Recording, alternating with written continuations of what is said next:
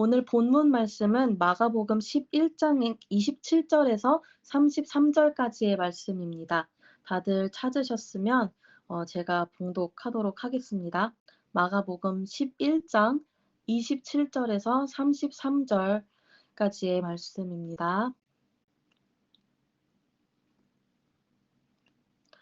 네, 제가 봉독하도록 하겠습니다. 그들이 다시 예루살렘에 들어가니라.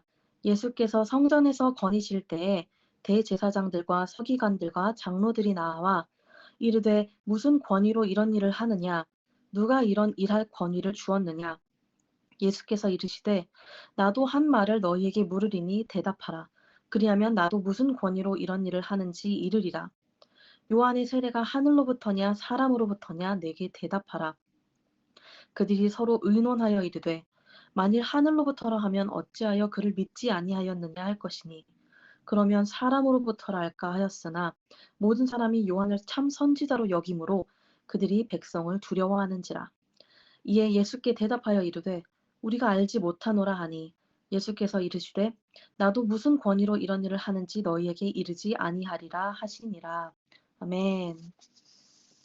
네, 오늘 말씀은 고난주간 가운데 셋째 날, 바로 화요일에 일어난 일을 다루고 있습니다.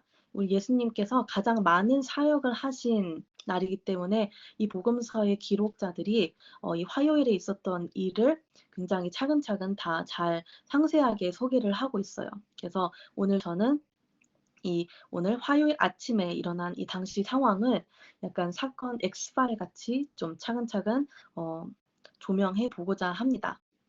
좀 뒤로 살짝 돌려감기를 해보면요. 주일에 예수님께서 예루살렘에 입성을 하시고 월요일에는 이제 성전을 정화시키는 청결 작업을 하셨습니다. 그리고 이제 오늘 화요일 아침이 된 거예요. 화요일 새벽기도 본문에 화요일 아침에 일어난 일이 나온다는 게 되게 우연 같기도 하면서 굉장히 신기하더라고요. 또 오늘 말씀을 통해서 하나님이 저희에게 부어주시고자 하는 은혜가 있는 줄로 믿습니다. 그래서 살펴보면 예수님께서 성전을 걸어 다니시면서 무리를 가르치셨다고 나옵니다. 27절에 나오는 이 거닐었다라는 표현이 단순히 그냥 걸어 다니셨다라는 것이 아니라 이 주석에 의하면 여기저기에서 가르치셨다라는 뜻이라고 합니다. 이곳저곳 옮겨 다니시면서 적극적으로 가르치심으로써 예수님께서 이 성전의 주인, 하나님께서 이 성전의 주인이 되신다는 것을 몸소 보여주신 건데요.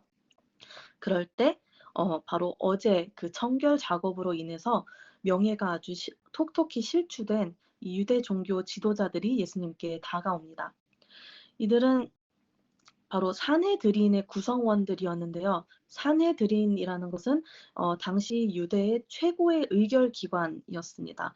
그래서 굉장히 최상의 권위를 지니고 있던 기관이었고 그곳에 속한 구성원들은 한마디로 기득권자들이었죠. 그래서 이들이 예수님 앞에 나와서 제가 2주 전에 설교했던 논쟁과 비슷한 논쟁을 펼칩니다. 다들 기억하시나요? 마가복음 10장에서 이혼에 관해 논쟁을 펼쳤던 것처럼 오늘도 답정너 같은 무리한 논쟁을 펼치게 되는 겁니다. 되게 똑같아요. 인간의 욕심이 끝이 없고 실수를 계속 반복한다고 하는데 이번 논쟁도 이 십자가 고난을 통해서 이 구속 사역을 성취하시고자 예루살렘에 입성하신 예수님을 정치범으로 몰아서 고발하려 했던, 죽이려고 했던 이 굉장히 악의적인 목적을 가진 논쟁이 또 펼쳐집니다. 그래서 오늘 했던 논쟁은 어떤 답변을 해도 꼬투리가 잡힐 수 있는 논쟁이었어요. 어떤 답변을 예수님께서 하신다고 해도 함정에 빠질 수밖에 없는 그런 질문이었죠. 오늘 본문 말씀 28절을 보게 되면 무슨 권위로 이런 일을 하느냐, 누가 이런 권위를 주었느냐라고 그들이 묻습니다. 이 질문에는 두 가지의 의미가 함축되어 있는데요. 첫 번째는 바로 권위의 종류에 관한 것입니다. 예루살렘에 정말 환호를 받으시면서 예수님께서 입성을 하시고 월요일에는 이 성전의 재물 판매 그리고 이 환전에 관해서 꾸짖으시면서 상인들을 쫓아내셨던 그 행위가 이 교권주의자들의 허위 가득한 이런 허세 어린 의식들을 공격하게 됨으로써 이 기득권자들, 이 대제사장을 비롯한 이 종교 지도자들에게 예수님이 굉장히 거슬리는 인물, 눈엣 가시가 되어 버렸어요. 그래서 유대 지도자들이 예수님에게 "당신이 무슨 권세로 이런 일을 하느냐? 이렇게 성전 내에서 우리가 제물을 매매하고 환전을 하는 것을 왜 당신이 금하느냐?"라고 묻고 있는 겁니다. 한마디로 "당신이 뭔데 여기서 이러는 거냐."는 거예요. 우리가 기득권자고 우리가 권위 있는 사람들인데 또 종교의 수장인 대제사장이 여기 계신데 "우리의 권위를 무시하는 당신의 권세가 어디서 온 거냐?"라고 묻고 있는 겁니다. 이것이 무엇입니까? 바로 예수님께서 이 구약에 나왔던 구속 사역이 예수님을 통해서 성취될 거라는 것, 그리고 이 예수님께서 전하셨던 도덕적인 교훈의 가르침들을 정말 그 진리 그대로 받아들이지 않았기 때문에 물을 수밖에 없는 질문이었죠. 그리고 두 번째 목적은 예수님을 모함하려는 데에서 온 것입니다.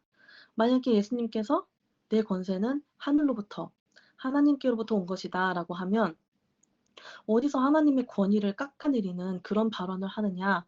라면서 신성 모독죄로 고발을 하려고 했고요. 또 만약 "내가 스스로 독자적인 권세로 했다."라고 말을 한다면 "어떻게 성전의 권위를 무시하는 이런 광신도가 있을 수 있냐?"라고 하면서 또 고발하려고 했던 겁니다. 굉장히 말도 안 되는 논쟁을 하는 이 유대 지도자들의 이 무지함, 영적인 무지함이 오늘 이 질문을 통해서 잘 나타나고 있는 거죠. 그래서 예수님께서는 이 질문을 딱 들으시고 한 번에 간파하신 거예요. 이들이 복음을 제대로 받아들이지 않고 편견에 사로잡혀서 내가 아무리 사실을 말한다 하더라도 받아들이지 않겠다라는 것을 이미 아신 거예요. 그래서 우문현답이라고 하죠. 이 미련한 질문에 굉장히 현명하신 대답을 내놓습니다. 바로 직접적으로 대답하는 대신에 그들에게 역으로 질문을 하신 거예요. 이 성경을 읽다 보면 예수님께서 굉장히 현명하시고 또 지혜롭게 사건들을, 일들을 해결하시는 것을 우리가 많이 읽을 수 있는데 오늘 읽은 우리 이 본문 말씀도 어 그런 것 같습니다. 이 말씀 가운데에서도 지혜로 그들을 대적했던 예수님의 모습을 찾을 수 있는 것 같아요. 이 역으로 질문하는 방법은 당시에 유대 랍비들이 자주 쓰던 방법이라고 합니다. 이 질문자의 질문에 대한 해답을 그 질문자에게 다시 질문함으로써 스스로가 해답을 찾을 수 있도록 하는 방법인 것인데요. 예수님께서는 이런 방법을 통해서 그들의 질문이 얼마나 불순한 의도를 가지고 있는지 본인들 스스로가 자각할 수 있게끔 역으로 질문을 하신 겁니다. 이 그들의 잘못된 신앙관을 헤집어 놓고 전곡을 찔러서 스스로 자각하게 하려고 하신 거죠. 그래서 예수님께서 어떤 질문을 역으로 하셨습니까? 30절에 보면 "요한의 세례가 하늘로서냐 사람에게로서냐?"라고 되물으셨어요. 당시 상황을 한번 보면 이 교권주의자들의, 이 기득권자들의 생명이 없는 가르침, 그리고 이 그들의 권세를 이용한 횡포에 사람들이 아주 지긋지긋해하던 때였습니다. 그랬던 때에 세례 요한이 혜성처럼 등장을 한 거예요. 그래서 그들의 가르침을 공격하고 그들의 비리를 공격하고 천국 복음을 전파했던 겁니다. 그렇기 때문에 사람들은 우리 세례 요한을 인정하고 선지자로 인정하고 그의 설교와 세례를 인정하고 그의 권세가 바로 하나님으로부터 온 것을 믿었던 것입니다. 그렇기 때문에 이 기득권자들은 자기들의 잘못을 계속해서 지적하는 세례 요한을 심적으로 거부하고 있었어요. 그래서 이제는 그들이 좌불안석이 된 거예요. 어떤 대답을 하더라도 꼬투리가 잡힐 상황이 된 거죠. 만약에 하나님의 권세로부터 온 것이 아니다라고 얘기를 하게 된다면 당시 세례 요한은 의로운 선지자로 추앙을 받고 있었는데 그에게 세례도 받지 않았고 또 결국 그를 죽게 만든 책임을 져야 하는 상황이 되는 거죠. 또 아니라고 하자니 백성들의 반발이 심히 두려웠던 겁니다. 이 오늘 읽은 마가복음 본문과 병행하는 성경 말씀인 누가복음 20장 6절을 보면요. "저희가 다 우리를 돌로 칠 것이라" 라고 표현을 하고 있어요.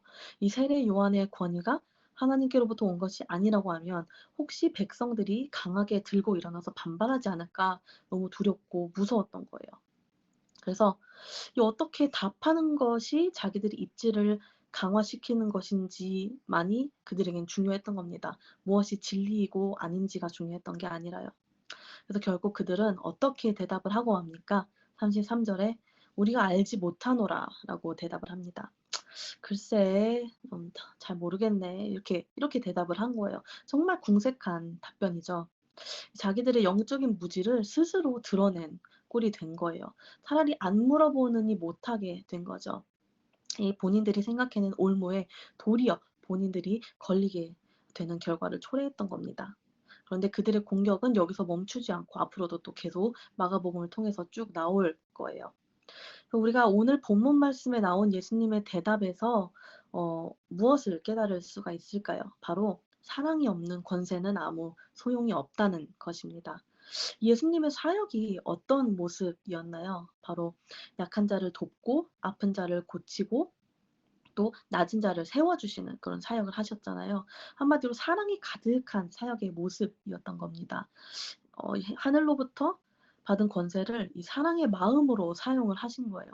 사랑의 마음으로 가르치시고 사랑의 마음으로 낮은 자를 세워주고 또 사랑의 마음으로 병마를 떠나보내고 그렇게 했을 때에 이 권세가 자동적으로 세워진 것이죠.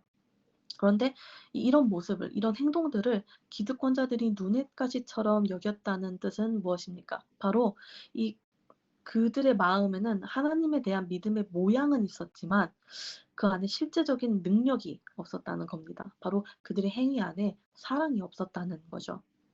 그랬더니 어떻게 됐습니까? 바로 그 권세를 이용해서 예수님을 잡고 고발하려 했지만 도리어 자기들이 그렇게 추구하고 자랑하던 그 권세가 너무나 부끄러운 것임을 드러내게 되고 또 깨닫게 되죠.